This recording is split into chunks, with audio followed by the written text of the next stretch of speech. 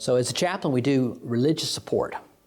Religious support means to perform or provide or to coordinate for folks that have religious needs.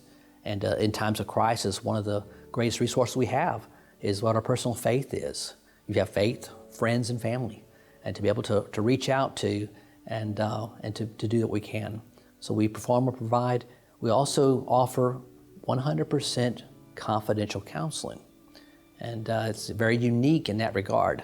And that's an extreme situation. You tell me that you're going to kill yourself or you're going to kill someone else. I've been ordered through our chaplain branch not to tell anyone.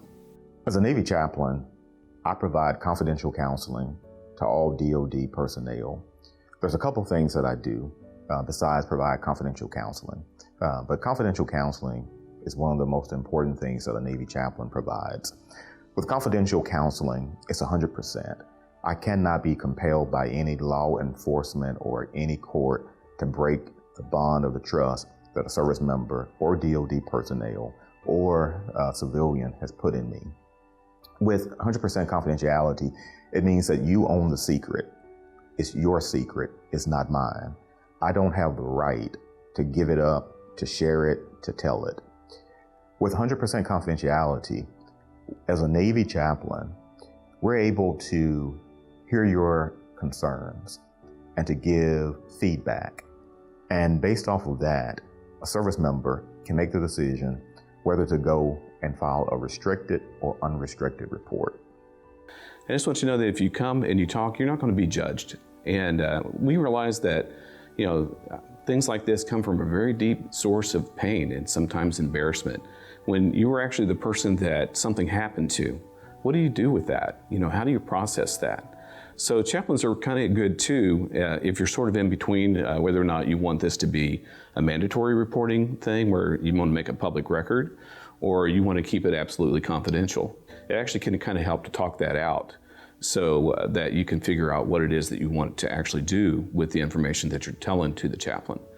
And so when we're talking with difficult topics like sexual assault, right, we have what I think the main thing that chaplains have to offer is a safe space.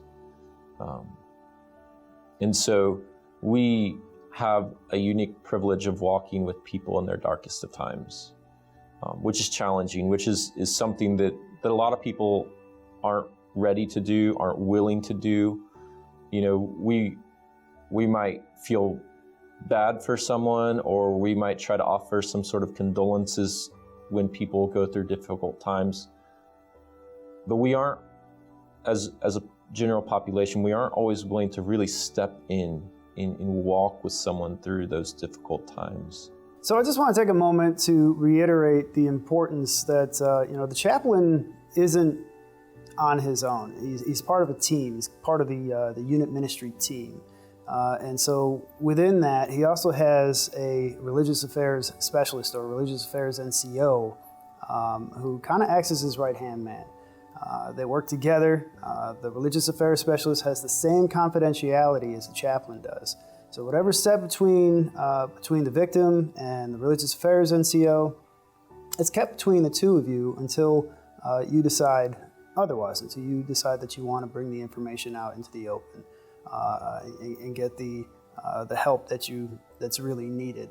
If you're having a hard time talking with the chaplain, there are some folks out there who do have a hard time talking with the chaplain. They see the rank and they think, especially if you're lower enlisted, the NCO is there to help. The NCO is there to provide that same, not exactly counsel, but can be a sounding board for the victim and can walk the victim through the process to help them get to the help that they need.